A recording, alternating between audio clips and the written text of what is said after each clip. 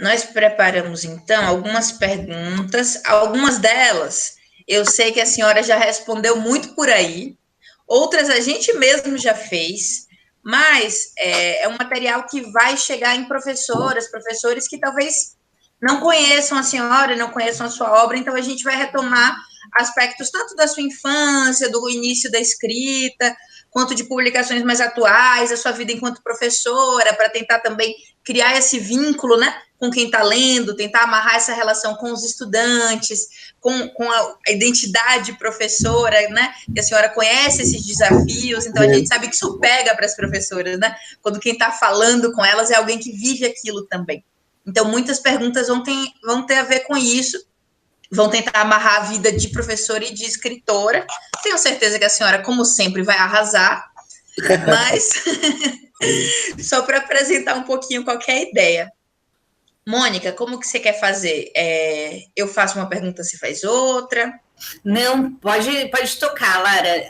As perguntas eu vi, as perguntas estão ótimas, enfim. E aí, qualquer coisa, assim, eu vou complementando, mas as perguntas estão muito boas. E é isso mesmo, Dana Geni.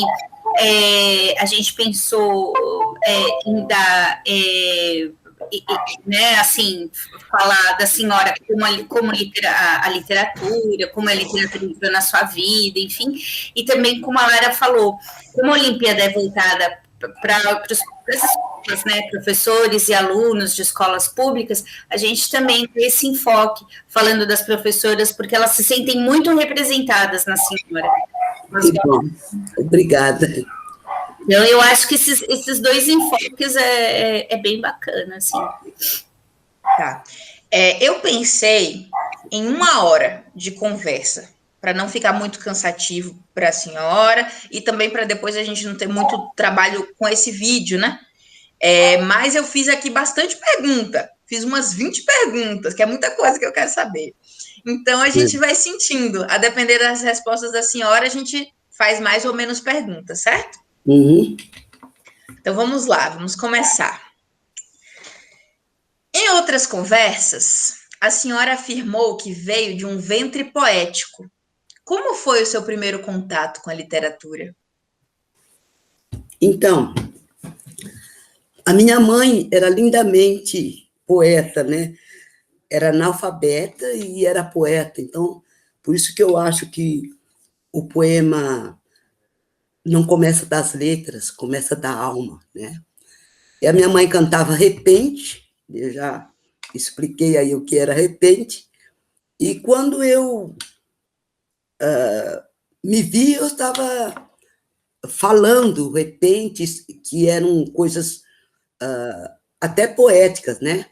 E depois eu comecei, de supetão, a escrever os meus versinhos, né? E aí saltou a Geni poeta, graças a Deus. Foi muito bom, foi muito... Eu gosto muito de mim nessa literatura, nessa vida, né? E então eu comecei, assim, poemas escritos, né? Com um versinho que eu fiz para a Princesa Isabel, que vocês já viram, acredito, né? Não sei se está em A Cor da Ternura ou no Leite do Peito, que era boa para os escravos e parecia um mel. Acho que era irmã de Deus, viva a Princesa Isabel. Eu era inocente. E além da sua mãe, quem foram suas primeiras referências enquanto escritores? Então, eu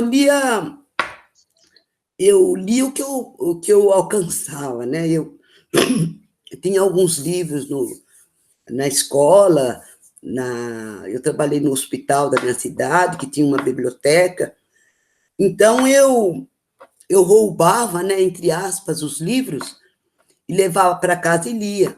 Então, eu li muito José Mauro Vasconcelos, eu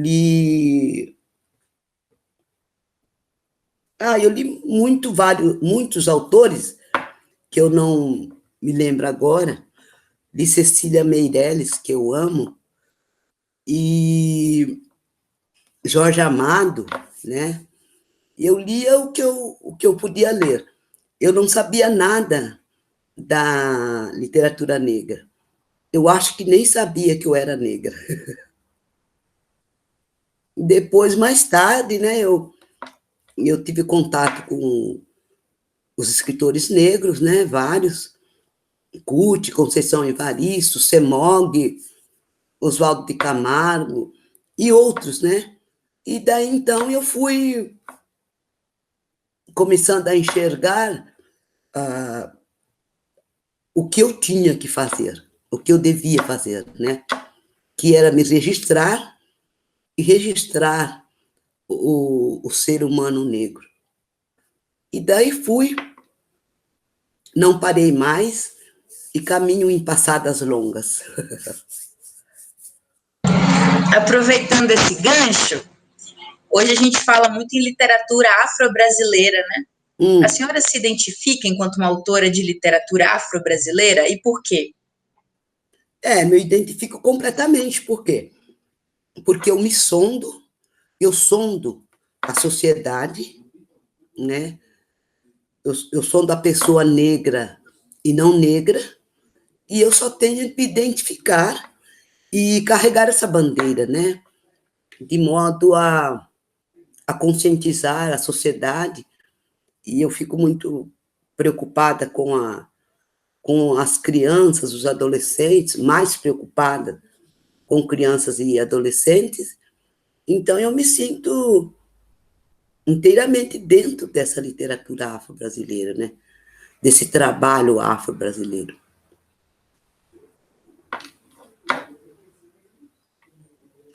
A senhora sempre conta que tem uma vida muito real, assim, costuma repetir que adora ficar na calçada, conversando com as vizinhas, que tem uma vida muito simples.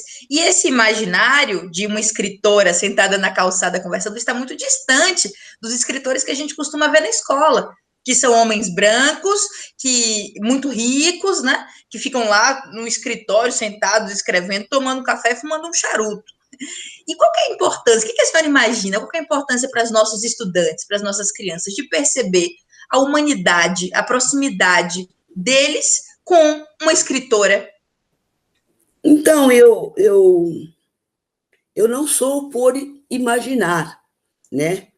Mas eu quero que eles me sintam assim, porque eu não sou só a escritora, né? Eu sou uma mulher negra, né? Eu tenho vários contatos, várias vivências, né? Então eu não sou só a escritora. É como eu digo que eu me sento na calçada com as vizinhas, eu converso muito com a minha irmãzinha.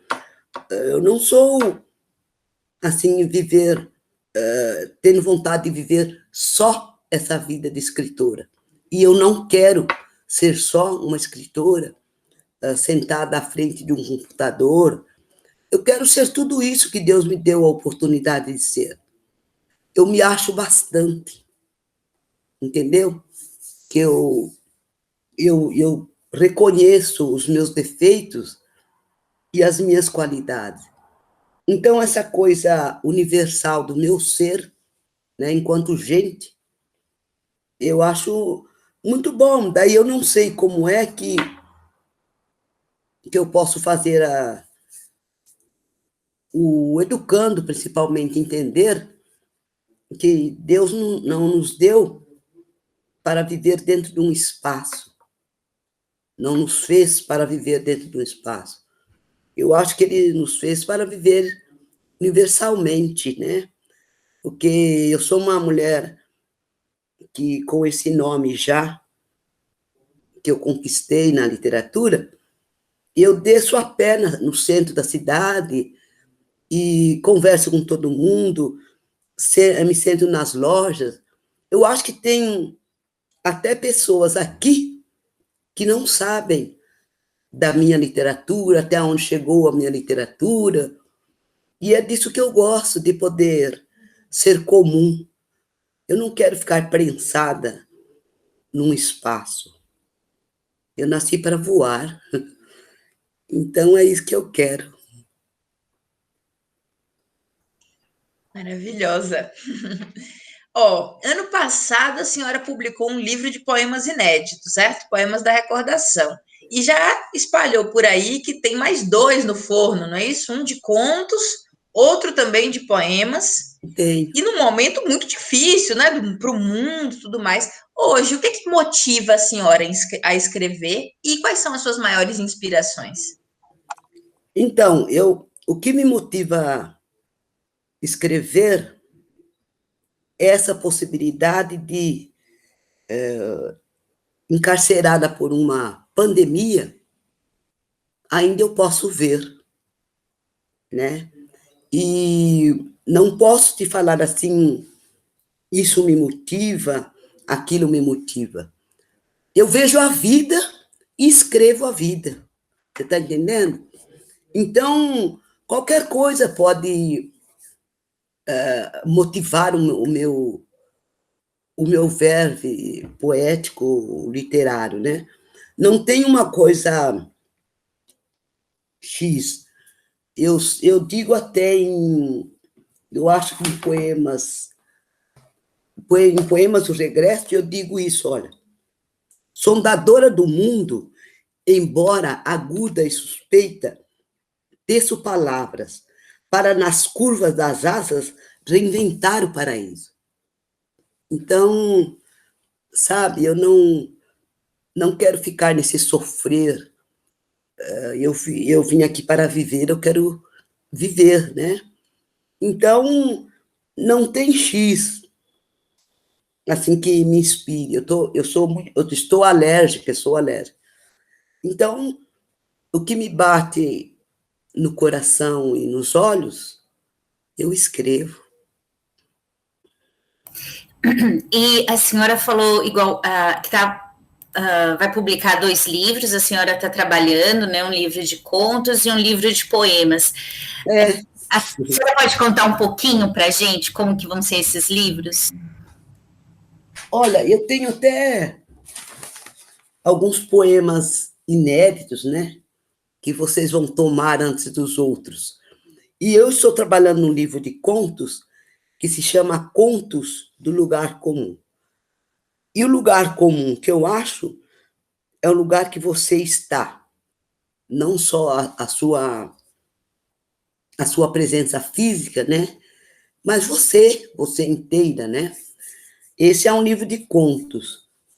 E até tem um conto que eu gostei muito, olha que falta de humildade, né? Que se chama Família Zelão. Vai ser muito bonito. E se o Itaú Social quiser me publicar, eu me rendo. Depois eu tenho esse de poemas, que se chama Poemas Via Verso. E até tenho aqui um poema que sairá nele, né? É Pílula da Obesidade. Bem que eu queria ter um riso sem vergonha e uma cara histérica que retratasse sintomas de esperanças e desenhos de otimismo. Queria eu, com paciência cívica, embarcar na caravela tecida de pão Brasil, dormir num dormitar de pomba, sem alma tonta, aplaudir tudo que sonha e vê. Mas, pátria, no nosso peito estreito, dedilham córregos, não rios, e tocam nas nossas caras canções com cheiro de fuzis. Vê, nosso monte tornou-se calo, e se buscamos tocar o cume, a superfície pegajosa, num resvalo, põe à mostra sua pele de cimento. Não aguentamos, não aguento, os miomas vazando entre os dentes, o entubar de flâmulas pueris. Não concebo abortar o meu desenho nas areias flácidas do país. Mas, pátria, já pendurei brasões sem cinzas, sem ânsias de Pai Nosso, nos cantos da parede. Já escrevi frases de alertas, muito simples, como esta. Chegou a liberdade, mesmo que extremamente tardia. Esse vai sair no meu próximo livro, porque eu acho que quando sair esse livro eu já escrevi, de tanto que eu já tenho falado nele. Eu sou minha fã. A senhora sempre diz por aí, né, que é uma grande fã da sua própria literatura, que admira muito a sua obra, e com toda razão, né? Todos nós também. E eu queria saber, quando a senhora lê um texto seu, assim, qual é o que mais te chama a atenção? O que a senhora mais admira na sua própria literatura? A minha coragem de ser o que sou, né? A minha coragem de ser o que sou, porque eu acho que nós precisamos ter muita coragem para ser verdadeira dentro dessa sociedade, né? Então, é isso que eu gosto de mim, né? Não sei se admiro, mas eu gosto muito de mim nessa força bruta, um tanto moldada. Não sei se você me entende, porque eu fico assim pensando que eu tenho umas colocações muito, muito próprias, né, do meu eu. Então, Poeta, né? Como poeta, tiro de letra, eu tenho um poema que diz assim, não sei onde está, mas eu tenho.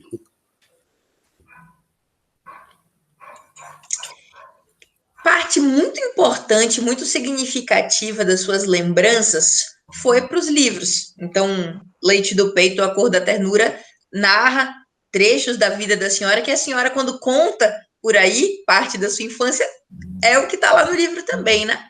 Até que ponto ou é possível que, às vezes, a memória e a literatura se confundam? A memória, se a memória e a literatura se confundem, não se confundem, se misturam, entendeu? Eu acho que se misturam, porque as minhas memórias, assim, de família, né, estão completamente misturadas com a minha literatura, né? E eu tento agora escrever o hoje também, né? Mas eu não posso, não tem como dormir sem acordar para o ontem, né? Então fica tudo meio misturado, não, é que eu digo, não se confundem, se misturam.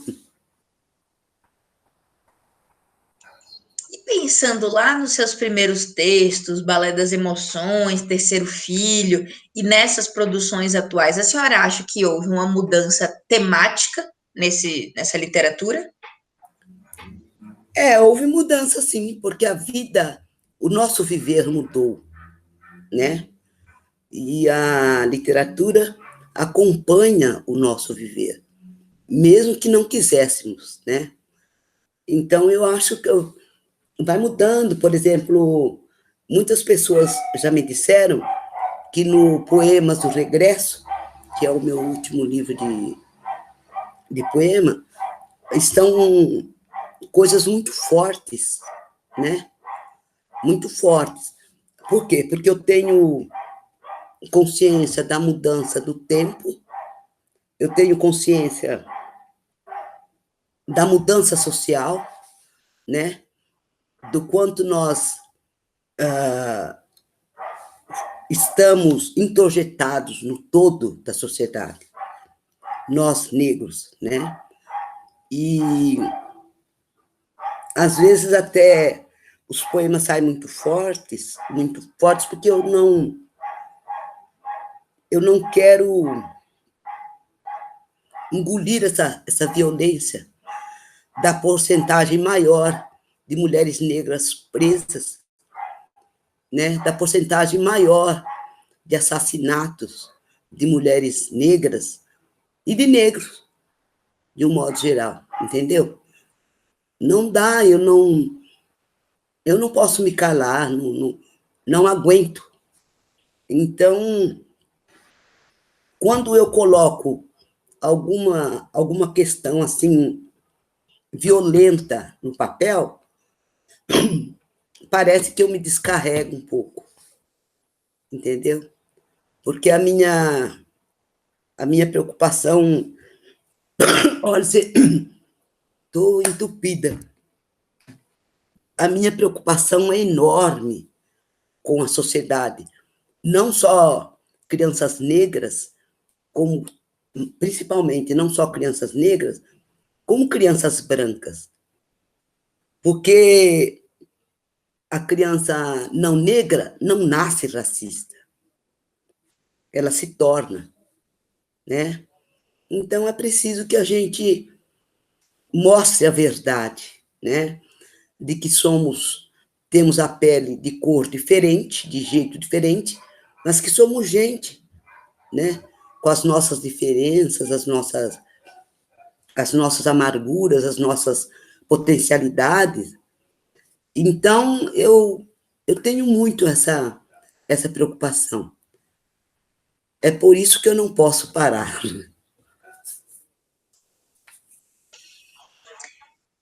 Qual que é o livro que a senhora sonha em escrever? Eu sonho escrever o que eu estou escrevendo agora, né? O que pintar depois, eu não... O que pintar depois, eu vou escrever. Talvez um dia eu escreva um romance, talvez, mas o meu sonho é só escrever. O que surgir da minha escrita, da minha literatura, me completa, me faz bem, né? Então, não fico sonhando assim, vou escrever um livro para impactar a sociedade, para nada, não. Eu não tenho sonhos tão volumosos, né? Eu só quero continuar escrevendo e sendo espelho, entendeu? Eu não sei se é falta de humildade, mas eu quero continuar sendo espelho, porque eu através do Deus que me fez e que me deu esse talento, eu tenho arrumado, entre aspas, o caminho de muitas pessoas, de muitas crianças, de muitos adolescentes, principalmente dos meus netos, né? Então, é assim, eu só sonho fazer. Tem um poema da senhora, do Poemas do Regresso, em que a senhora diz o seguinte: desenho em mim o meu Atlântico. Que Atlântico é esse? O meu Atlântico é o meu Atlântico, é a minha imensidão sem fim. É assim que eu penso o Atlântico. É uma coisa sem fim, né? Então, assim, até por causa do jogo das palavras, eu usei a palavra Atlântico, né? Então, é uma imensidão. Na minha cabeça, Atlântico é uma coisa, assim, sem dimensão para o meu olho, né? E a minha imaginação. Então, na literatura eu posso tudo. Por isso que eu desenho o meu Atlântico. Pensando ainda nesse jogo de palavras, tem muitas aproximações entre a obra da senhora e a obra da Conceição Evaristo. E uma das coisas que me chamou a atenção é que tanto a senhora como ela, como outras escritoras, criam muitas palavras a partir de outras que já existem. Por exemplo, a Conceição tem um poema que se chama Vozes Mulheres. A Sim. senhora fala, por exemplo, em Princípio Vida. Será uma coincidência ou existe uma demanda, uma necessidade por criar palavras que contemplem a existência de vocês? Então, é a necessidade mesmo de criar palavras que cheguem ao destinatário, né? Então, às vezes, as palavras simples e corriqueiras, separadas, não expressam, né? Olha, eu disse poeta e gente, é isso que você disse? Que a frase que eu disse? Também, né? O exemplo que eu trouxe foi princípio vida, que a senhora falou recentemente, mas poeta e gente tem também, né?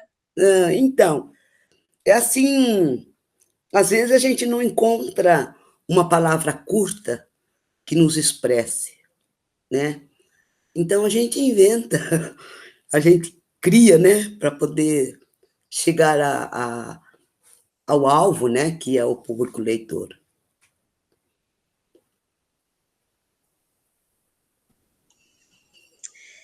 Pensando então agora um pouco nessa relação da senhora com a educação. A escola e a sua trajetória até se tornar professora é uma parte muito importante da sua vida e da sua obra, consequentemente. Inclusive, a relação e a relevância que o seu diploma teve para sua família, para o seu pai. Né? A senhora conta que ele quis dormir com o diploma embaixo do travesseiro. Lindo! Hoje, pensando né, nessa loucura que está o nosso país, como é que a senhora vê a importância ou a relação da educação para as nossas crianças? Não, a educação é importantíssima, né? Então, tem que haver uma relação. E eu acho que estão plantando o melhor hoje, com os olhos mais abertos, né? Até eu dizia outro dia, não sei para quem, mas eu disse que eu acho que mais no meu tempo do que agora, o professor estava muito preocupado com o educando, não com a pessoa, com o ser, né? Então, eu acho que está havendo uma transformação nesse relacionamento, porque quando até hoje eu faço isso, quando eu estou diante de uma criança, de um adolescente, eu analiso, assim, não sei se é um defeito bom, né? Eu analiso muito a postura da criança, o olhar da criança, entendeu? Porque é aí que eu vou descobrir o ser humano. E muitas vezes a criança está precisando mais de uma educação no ver-se gente, do que no ver-se aprendiz, do que no ver-se educado com o alfabeto. Você está entendendo? Porque eu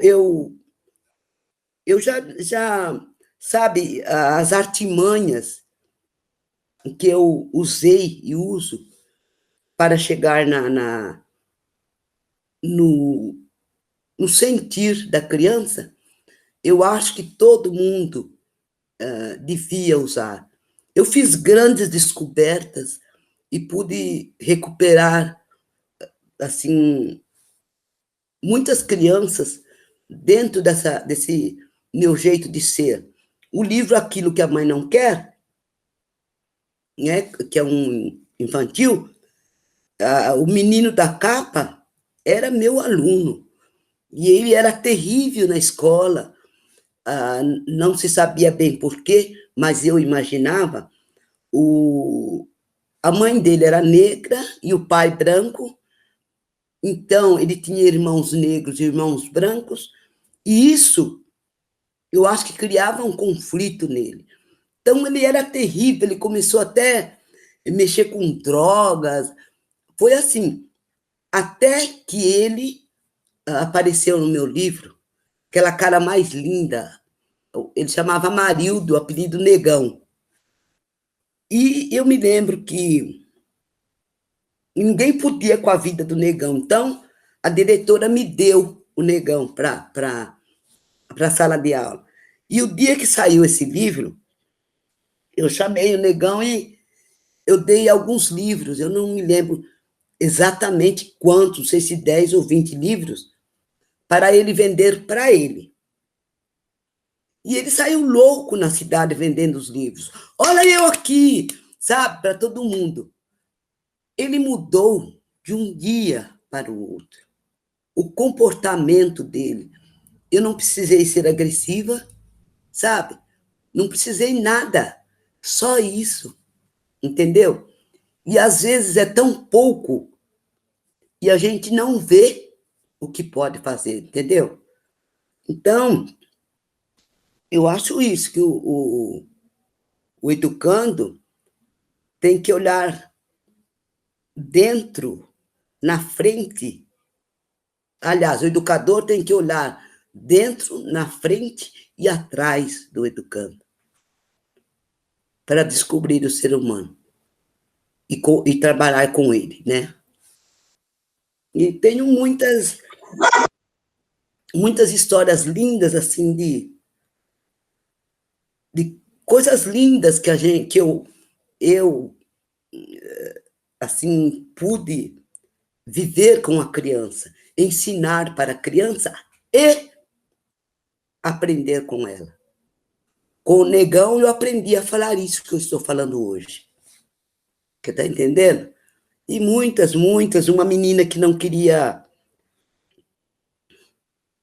que alergia, entrar na sala de aula porque ela não gostava de professora preta.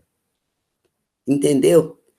Ela chama Neide, ela mora aqui na minha cidade. Eu não só. Parece-me que é Neide, não? Porque tem tanta gente nas minhas histórias. E ela chegou, ficou emburrada na porta e disse: eu não gosto de. Não vou entrar, que eu não gosto de professora negra. E a diretora, para resolver o problema, não tem importância, eu mudo ela de classe. Daí eu disse: não, deixa ela aqui comigo. Ela ficou em pé. Daí foi intervalo, a hora que nós voltamos, do chamado recreio, que falava antigamente, hoje eu não sei, ela chegou na porta, eu falei: olha, você não poderia cuidar da minha bolsa para mim? Imagina dar uma incumbência dessa para uma criança, o tanto que era importante, cuidar das coisas da professora. Eu pus uma cadeira do lado da minha mesa, pus a minha bolsa, e de vez em quando eu precisava de um lápis, né, de uma borracha, de uma caneta, ela enfiava a mão e me dava. E ficou ali. Ela não escreveu, ela não fez nada. Só que na saída, ela me deu a resposta que eu mais esperava. Ela falou: ô, professora, a senhora gosta de pão com manteiga de avião, aquela manteiga aviação? Eu falei: gosto. Então, amanhã eu vou trazer pão com manteiga de avião para a senhora. Pronto. Sabe? Foi tão fácil. E eu me emociono cada vez que eu me lembro dessas histórias, né? Porque eu me lembro e fico agradecendo a Deus por ter me dado a palavra, né? E por ter me dado esse amor pelo ser humano, né? Eu tenho até um poema, eu não sei direito onde que está, que diz... Posso só fazer, antes da senhora entrar tanto no outro, porque a próxima pergunta tinha exatamente a ver com esse conto da aluna. Ah, é? O Força Flutuante. Eu tenho uma relação forte com esse texto, porque, como eu falei para a senhora, eu sou professora também. Já ouvi coisas racistas de alunos, então me toca muito me pensar enquanto professora, né? Chegar sendo um corpo não branco em sala de aula, isso mexe com os alunos, tanto pela questão da aproximação, porque muitos se veem, quanto por uma questão de estranhamento. E me toca muito, inclusive eu escrevi recentemente um texto sobre esse conto, que vai para a revista da Olimpíada. Que lindo! E que pensa um pouco esse olhar que a gente tem para aquela professora ali na sala de aula. Aí agora até meio fora da entrevista, né, em off, eu estou te fazendo uma confissão de leitora, de alguém que tem trabalhado com o seu texto em alguns espaços, que às vezes me dói um pouco o olhar que algumas pessoas têm para essa cena, em que parece fácil ter aquela postura que a senhora teve com a aluna. A sensação que me deu algumas vezes, quando eu vi algumas pessoas comentando esse texto, é que é muito simples Então, por que todo mundo não reage desse jeito? Por que todo mundo não é tão acolhedor com aquela aluna? Porque, afinal... E aí a senhora, em uma entrevista, falou que não dá, em alguma outra circunstância, não era exatamente sobre esse texto, mas a senhora disse a seguinte frase: não dá para a gente ser o tempo todo sorvete. E isso me marcou muito. Inclusive, no texto eu falo disso, porque a senhora ali foi grandiosa, teve uma postura maravilhosa com aquela aluna, mas a gente sabe que o racismo é muito pesado, é muito violento, e nem sempre a gente consegue reagir, né, daquele jeito. Às vezes a gente se cala. Quantas professoras não passam por situações como essas e não conseguem responder? E aí o que eu fico pensando é na senhora naquela situação. Porque quando eu vivi alguma coisa parecida, eu não tive reação. Me doeu tanto que eu não soube responder. E eu fico pensando assim, a menina olhou para a senhora e disse que tinha medo de professora preta. A senhora, enquanto professora preta, tinha medo de quê? Sentia o quê na escola? Olha, era só eu na escola de professora preta, né? E por incrível que pareça, eu sempre fui tão dona de mim, dos meus sentimentos, que passavam por mim frases racistas, coisas horríveis. E eu não engolia. Eu só colocava na língua para desfazer depois. Olha, quando eu fiquei grávida do meu primeiro filho, ele tem hoje 48 anos. Eu ficava enorme na gravidez. Acho que porque meu esposo era grandão, né? E eu, essa miudeza, eu ficava enorme.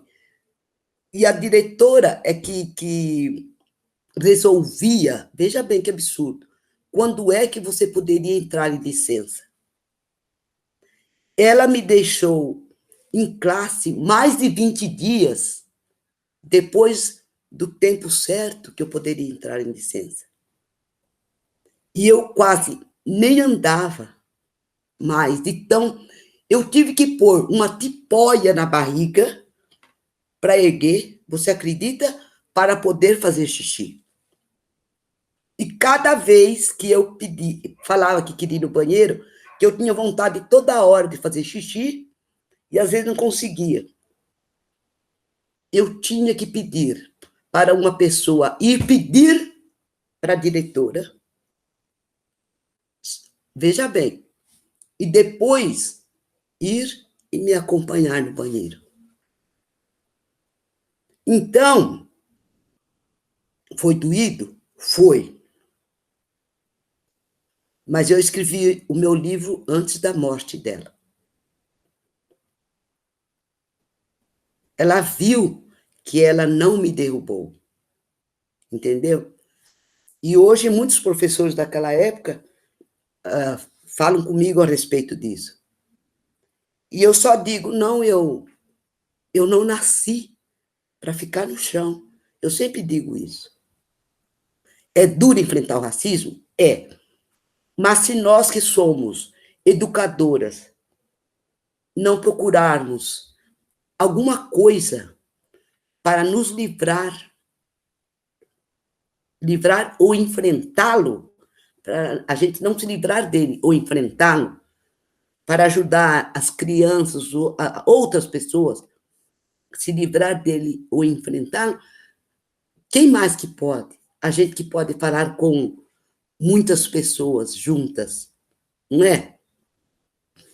Então é isso, e eu enfrento agora, olha, eu já fui dar palestra em escola, que eu cheguei, os alunos negros, não sei se 4 ou 5, estavam todos sentados na última carteira, lá atrás. Daí eu perguntei para a professora, por quê que eles se sentam tudo lá? Ela falou, olha, não fui eu que mandei, foram eles que escolheram. Eles não escolheram.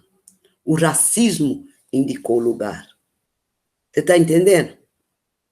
E daí eu chamei todos na frente, me misturei, porque eu sou muito de andar pela sala, de tocar o aluno, sabe, brincar, por a mão, você está com febre, hein, não sei o que e tal. Então, eu acho que é assim, se nós, as educadoras, não fizermos nada, quem vai fazer? Quem acha que não tem nada a ver com eles? Não é verdade? Então, eu sou assim, eu penso assim, gostaria que você, que deve ser um tanto assim como eu, me completasse com as suas experiências, e eu te completo com as minhas.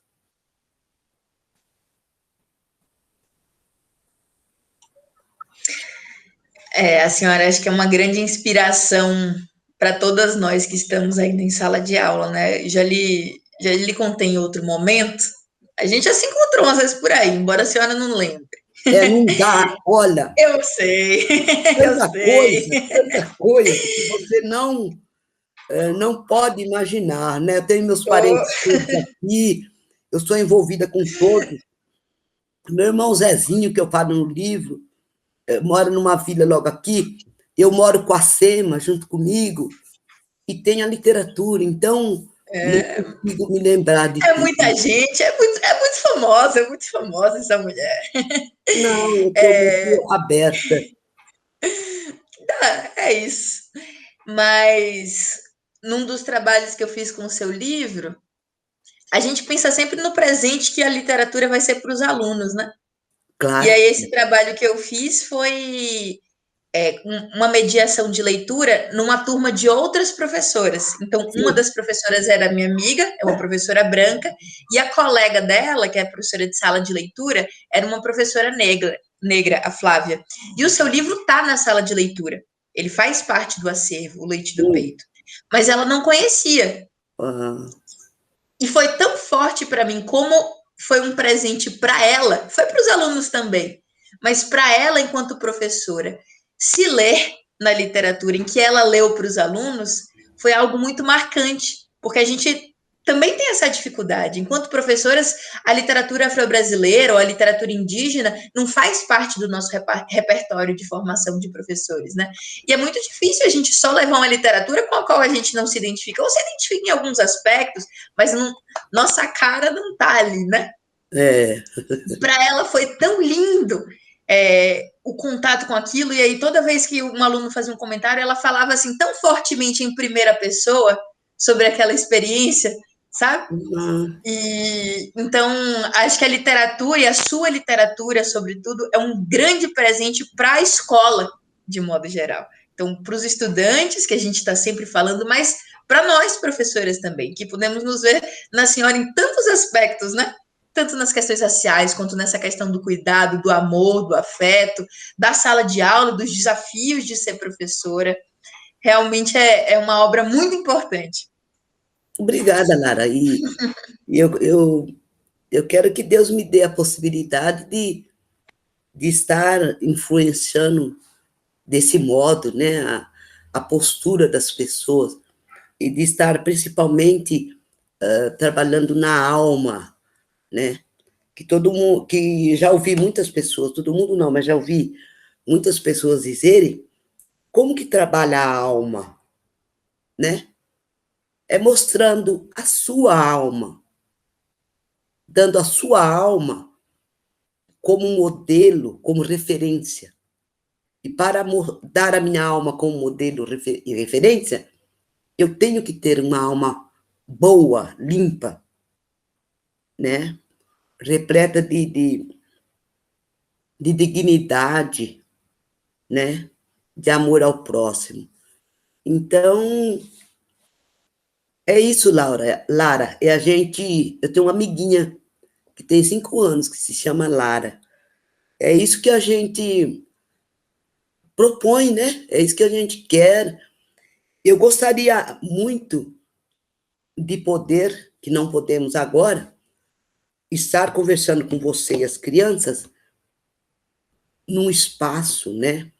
De modo presencial, para tocar as pessoas me tocarem, né?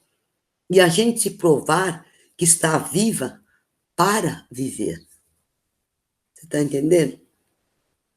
Eu acho que eu confundo um pouco, porque eu sou muito de usar as minhas próprias expressões, mas qualquer dúvida você coloca.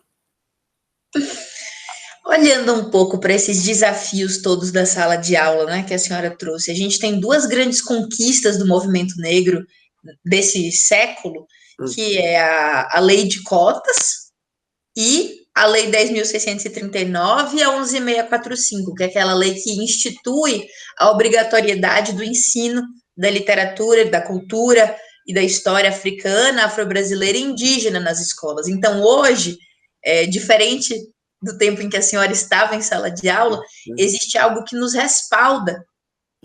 Isso é muito importante para o nosso trabalho. Se me questionam, eu digo, está na lei. Olha aqui, eu tenho que falar disso, né?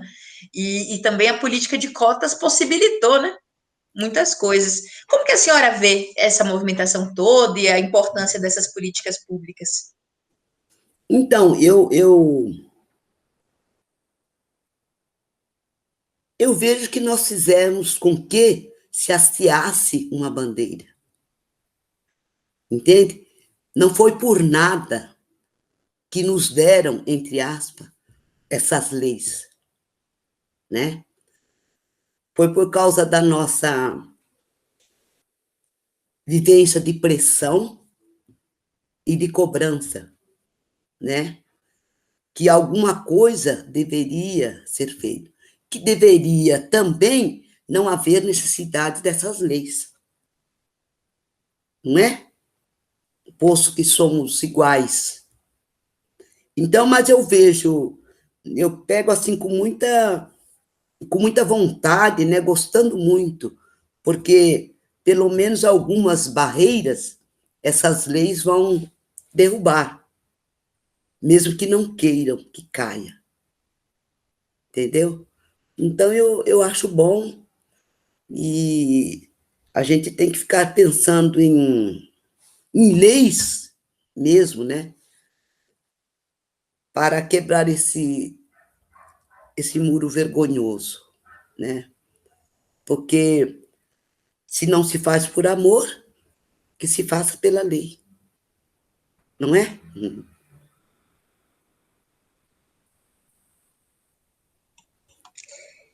Bom, estamos chegando ao final. Mônica, quer trazer mais questões? Posso trazer uma última pergunta? Pode sim. Eu queria trazer algumas perguntas mais direcionadas também para a questão do professor, do Olimpíada. Então vai lá. Geni, assim, talvez muitas professoras não saibam, quando que a senhora decidiu ser professora? Como que surgiu a educação, o ensino na vida da senhora? Então, eu virei professora por causa do meu pai, está no livro A Cor da Ternura, né? Porque, veja bem, nós morávamos numa fazenda, bem, era distante da cidade 1h30, né? E um dia, conversando com o meu pai, eu morria de orgulho, de vê-lo naquela luta, sempre. Até eu tenho um poema que que conta isso, né? Um poema que fala sobre meu pai. E um dia, eu chegando da escola ainda, eu acho que eu estava no primário, que agora falam de quinta a oitava, eu não aprendi ainda essas colocações de hoje. O administrador da fazenda, e eu chegando, o administrador da fazenda falou assim, o senhor é bobo, o senhor está estudando sua filha para quê? Depois ela casa e acabou. O meu pai sabiamente respondeu, eu não estou estudando ela para mim, é para ela mesmo. Daí eu fiquei totalmente encantada e depois conversando com meu pai, eu falei, pai, o que o senhor acha que mulher pode ser? Pode estudar o quê? Meu pai falou, olha, pode ser professora, e alguma outra coisa que eu não me lembro. Costureira, não era? Costureira a professora, eu fui no pico. Falei, eu vou ser professora. E eu me tornei professora por causa dessa questão do meu pai. E foi lindo. Foi a coisa mais linda que você pode imaginar o dia da minha formatura. É assim, sabe? A minha família na cidade, né? Em meio a tantas famílias ricas e brancas, só a minha família negra, né? E eles, sabe, me aplaudindo em pé, ficaram em pé, me aplaudindo, não olharam para quem estava do lado, nada. Era eu, o foco para eles era eu. E depois, chegando em casa, o meu pai falar assim, à noite, voltamos a pé para a fazenda. Daí meu pai falou, cadê o danado do diploma? Que eu vou dormir com ele debaixo do travesseiro, que é para ter sonho bom. Eu podia ser diferente? Me respondam. Não, não dava para eu ser diferente. Sabe? Uma família dessa não dava para ser diferente. É muita raiz, entendeu? Muito amor, muita simplicidade. E as coisas que aconteciam na minha casa, comigo e a minha família, só tinha que me dar esse rumo. Meu pai separando dinheiro com meus irmãos, todos ganhavam, trabalhando na lavoura, separando um tanto e falando, olha, esse dinheiro é para a menina estudar, entendeu? Não tem... Vocês me perdoem, mas eu sou muito chorona, eu sou muito emotiva. Não sei se a gente pode chorar assim quando tá gravando, mas A gente deve. eu não consigo me conter. É muita grandiosidade, umas coisas assim. Um irmão meu, Joãozinho, ele teve câncer, ele morava no Paraná. E ele estava, uns dias antes, havia morrido a minha irmã Iraci. Daí eu fui para o Paraná para visitá-lo no hospital. E quando eu entrei no hospital, ele veio me encontrar com um jornal embaixo do braço. Um jornal antigo, que falava sobre mim. Debaixo do braço o jornal, com sonda, e o jornal debaixo do braço. Então, se isso não valer a minha luta, né? Se isso não valer o meu amor pela família, pelas pessoas, então nada vale. A não ser que as pessoas tenham um olho e não vejam, né? A não ser que tenham um coração e não sintam, né? Porque, do contrário, eu só podia ser assim, né? Eu tive os princípios, eu ganhei os princípios. Aí, e assim, dona Geni, a gente fala muito o que os professores ensinam, né? Para os alunos, enfim, tantas, né, disciplinas, né? Língua portuguesa, matemática. Mas o que a senhora aprendeu como professora? sendo professora? Isso, o que a senhora aprendeu como professora? Porque eu acho que é uma troca, né? O Não. educador, ele ensina, né? E o educando também aprende. O que a senhora traz, assim, na bagagem, que a senhora aprendeu com seus alunos? A senhora deu aula há quantos anos? Eu acho que eu dei aula, acho que uns 28 anos. Opa! Né? E o que eu aprendi com os alunos, que eu deveria ter 2 olhos no rosto e na nuca mais um.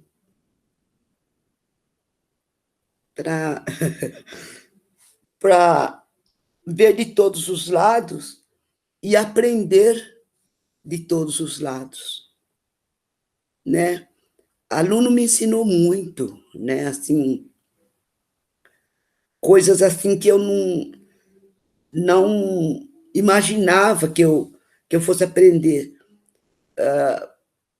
Coisas tão simples, né? Tão coisinhas que eles me davam, bilhetinho, né? Pedaço de lanche. Isso foi me ensinando a crescer no amor, né? E alfabetizar com o amor na frente, né? O amor abrindo portas para alfabetizar de verdade. Às vezes eu saía de casa depois da aula e ia na casa de alunos para ensinar. E eu voltava sábia, né? Por ver a família, o que as famílias me ofereciam. Uma vez uma mulher, eu fui na casa e ela tinha cozinhado milho, então milho verde. Então eu me sentei com eles, fiquei lá comendo milho verde. Depois que eu saí, eu falei, olha cada coisa que o aluno me ensina, né? Será que existe outra professora que vai na casa do aluno, se senta ali e fica comendo milho verde?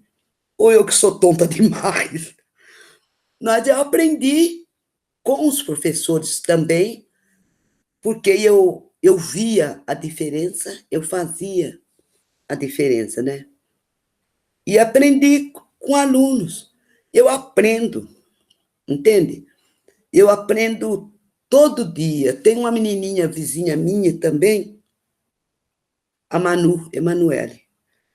E a avó dela, que é a minha melhor amiga hoje, que se senta na rua comigo, Dona Jandira, a Janda, ela é analfabeta de letras.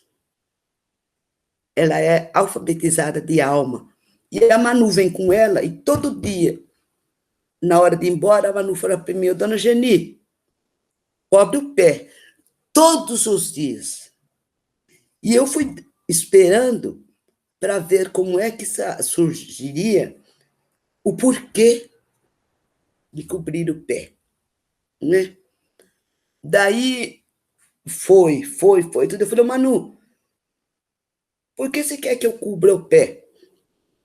Porque se der dia do Papai Noel vir e o pé da senhora estiver descoberto, ele põe lá no pé e daí a senhora nem vê.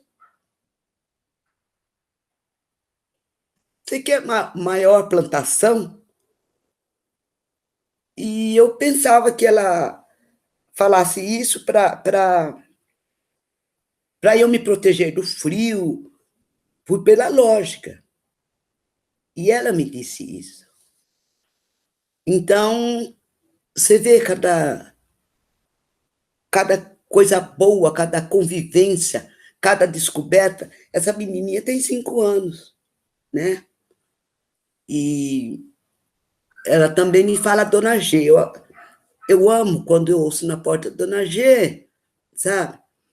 E às vezes a Sema faz uns beiços assim, porque a Sema é ciumenta, né? E daí eu falo, não, Sema, mas ela é nossa amiga. Daí ela fala, tá bom, Geni, eu quis sim. Eu tenho tudo isso na minha vida. Não dava para ser outra coisa. E eu queria que a senhora lesse assim, algum poema que a senhora tenha vontade de ler, enfim, porque a gente quer deixar alguns poemas assim gravados no site. Deixa eu ver se eu acho aqui o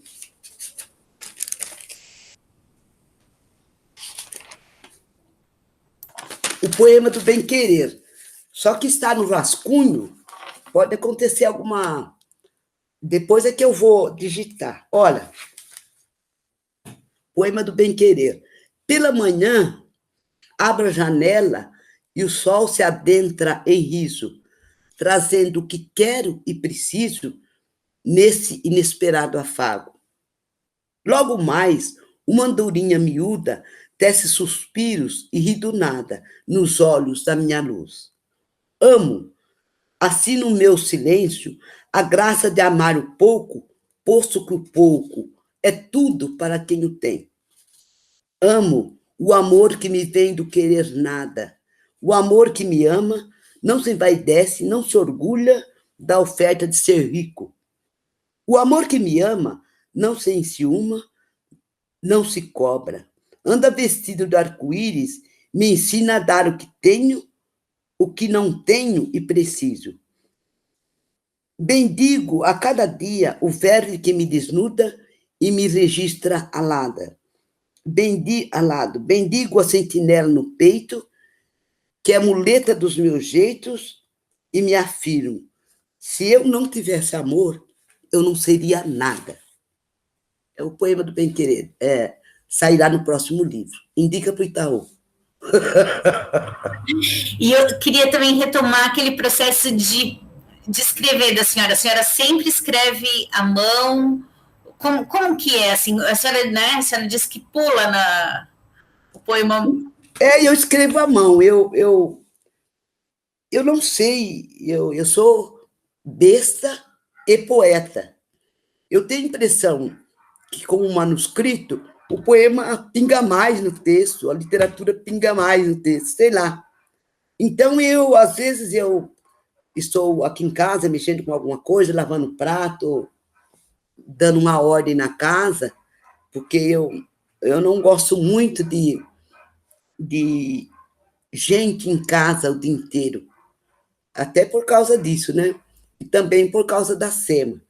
Então, às vezes, eu estou trabalhando lá, eu penso uma coisa, eu vou lá e escrevo uma frase só. Depois eu volto e ver inteiro. Mas daí eu faço um manuscrito, né? Depois é que eu digito. E até esse poema do Bem-Querer, eu nem, olha, tá aqui, nem... Não sei se eu já digitei, mas tá aqui no meu rascunho. Porque eu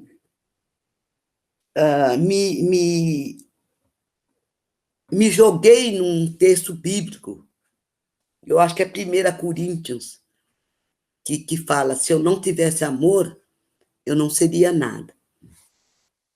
É um texto muito bonito, porque, na medida do possível, eu leio tudo que me cai à mão. E em Coríntios diz que eu poderia falar todas as línguas que são faladas no céu e na terra. Eu poderia ter tanta força, capaz de mover as montanhas dos seus lugares. Mas se eu não tivesse amor, eu não seria nada. Entendeu? E vai falando que o amor é piedoso, o amor é bondoso, não arde em ciúmes. E eu acho que é um grande ensinamento para mim esse texto. E assim, na 7ª Olimpíada de Língua Portuguesa, né, a senhora é homenageada. Então, olha, vê cada coisa linda que fazem comigo. Fiquei muito feliz, muito lisonjeada, né? E daí, pode falar, que eu já te cortei. Não, imagina, eu queria saber assim, como que a senhora recebeu esse convite, essa homenagem de ser homenageada na 7ª Olimpíada de Língua Portuguesa? Então, eu fiquei de boca aberta, fiquei caída, que eu já conhecia o Esdra, de outro carnaval, né? E daí eu dei um pulo assim, eu fiquei muito emocionada. E para complemento, me veio o que me pagariam por esse trabalho. Complementou. Porque daí eu vi a possibilidade de ajudar tanta gente com dinheiro, sabe?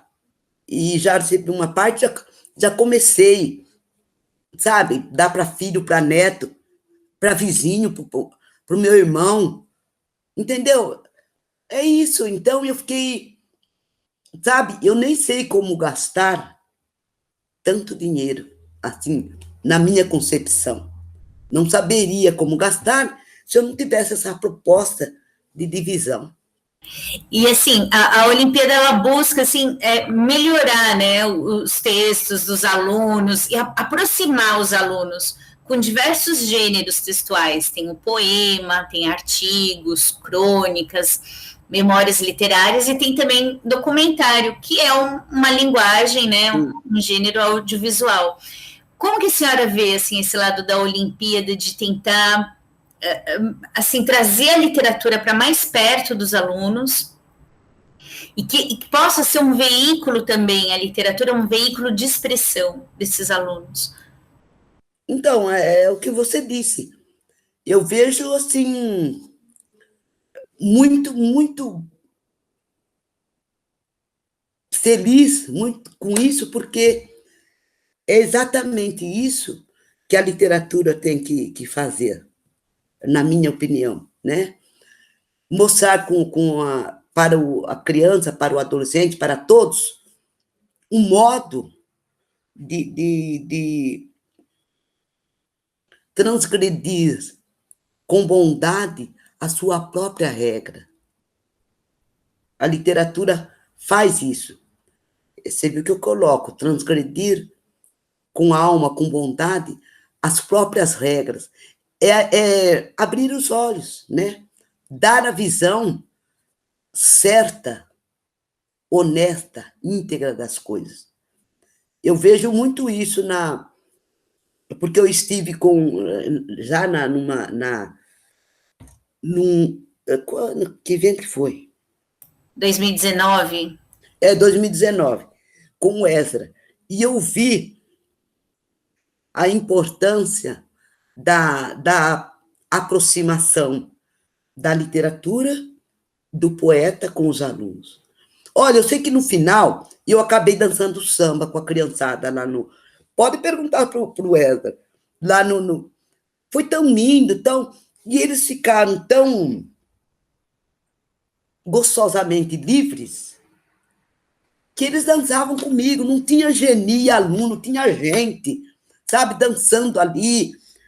Foi uma coisa assim linda. É isso que eu acho que a gente tem que promover. E a literatura faz isso. A poesia faz isso. Mostra o ser dentro dele. Por dentro. Mostra o ser por dentro. Pensando assim mais tecnicamente, aproveitando o assunto, o tema da Olimpíada, o tema dos textos que os alunos devem escrever é o lugar onde eu vivo. Então, cada gênero textual tem suas especificidades, mas o tema geral é o lugar onde eu vivo. Que sugestões a senhora dá para esses alunos que precisam escrever sobre esse tema? Que olhar eles podem ter para o lugar onde eles vivem? O que a senhora sugeriria?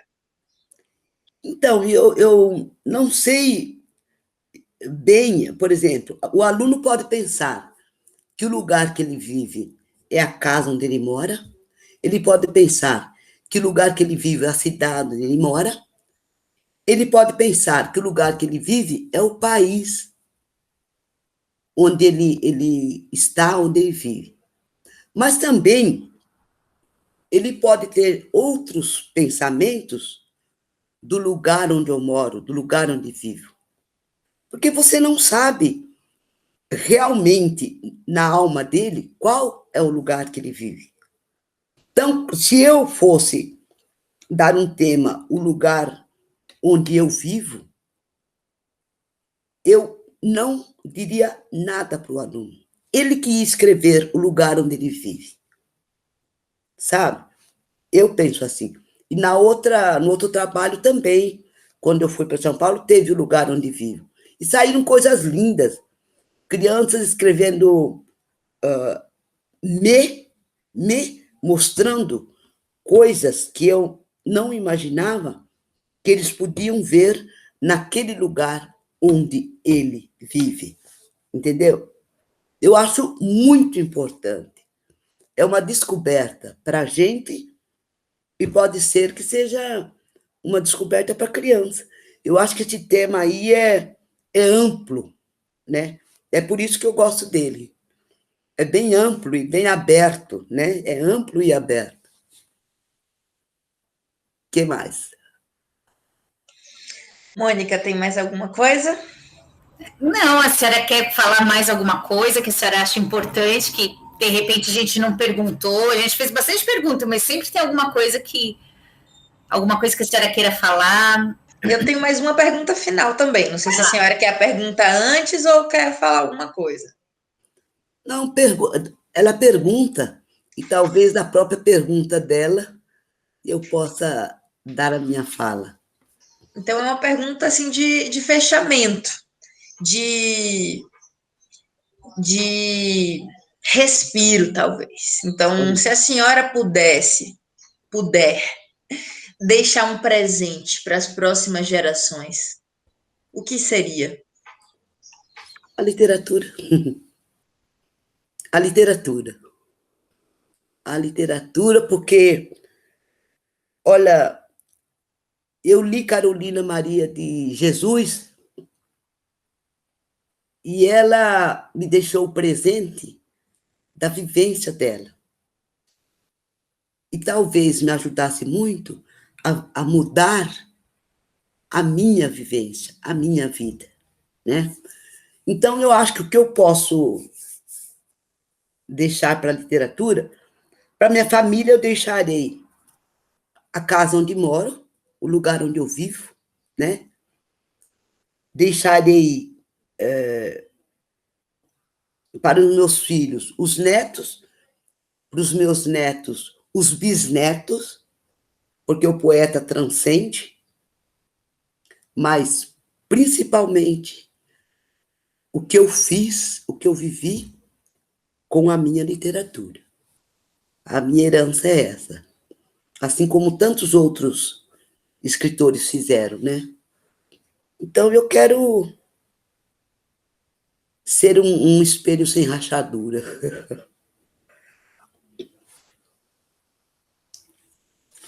Bom? Maravilhosa. Obrigada. E é bom que esse presente já chegou na gente, né? Já está aqui, já estamos aproveitando. Vocês são muito tolerantes comigo, porque eu percebo às vezes não sempre, que a minha linguagem se torna um linguajar, porque eu sou do meu jeito, né? Então eu não sei mudar, né? Eu sei às vezes reinventar minhas posturas, minhas palavras, né? Mas eu sou muito assim mesmo. Acabou? Eu acho que é isso, né? Acho que é isso. Chegamos ao final. Agradecer muito a presença da senhora. Na verdade, eu tinha uma pergunta que está fora da entrevista. Só um detalhe, se a senhora puder me responder. Aquele trechinho que a senhora falou na última conversa nossa, que é de que estou de pé por desaforo. De que poema que é? É poema, eu acho que é poema do Regresso. É? Porque me parece ser o poema do Regresso. Deixa eu ver aqui, que está aqui, olha. Porque eu tive... Se tiver complicado também, não tem problema, não. Depois a senhora... Não. Como quem se vê pela janela, me resgato. Regresso desatando laços, espantada com meu próprio espanto. Não serei curta nem breve. Insaciável, de novo sorverei o gole que me cabe, prisioneira apenas das minhas próprias rezas. Foi o meu regresso à vida, né? Que eu fiquei muito tempo sem escrever, tive uma depressão profunda de 15 anos, e daí voltei, né? Voltei. Por isso que se chama Poemas do Regresso. Estou em pé por desaforo. Eu adoro essa frase da senhora, é muito forte. É isso? É isso. Nossa, dona Geni, eu não vejo a hora da pandemia acabar para conhecer a senhora. Eu queria conhecer muito a senhora pessoalmente, viu? Não, querida, eu Talvez eu seja apenas uma mulher como você, só me abro mais. Tá bom? Mas eu amei tudo, eu amo tudo. Muito obrigada a vocês por essa oportunidade de estar literagindo, tá? Muito obrigada por essa oportunidade. E agora eu vou pegar o meu amor, que está sentadinha no sofá me esperando. Vai lá, em breve, então, vai dar tudo certo. O Simon já mandou para a gente as fotos que a gente tinha conversado na outra reunião, os manuscritos. Estamos, então, preparando esse especial. Essa conversa também vai lá, vai aparecer lá. E em breve a senhora vê aí sua carinha estampada no nosso site. Então, pois é, linda de morrer. Tchau, querida. Beijo para a senhora, bom dia, viu? Beijo, Ana Querida. Beijo.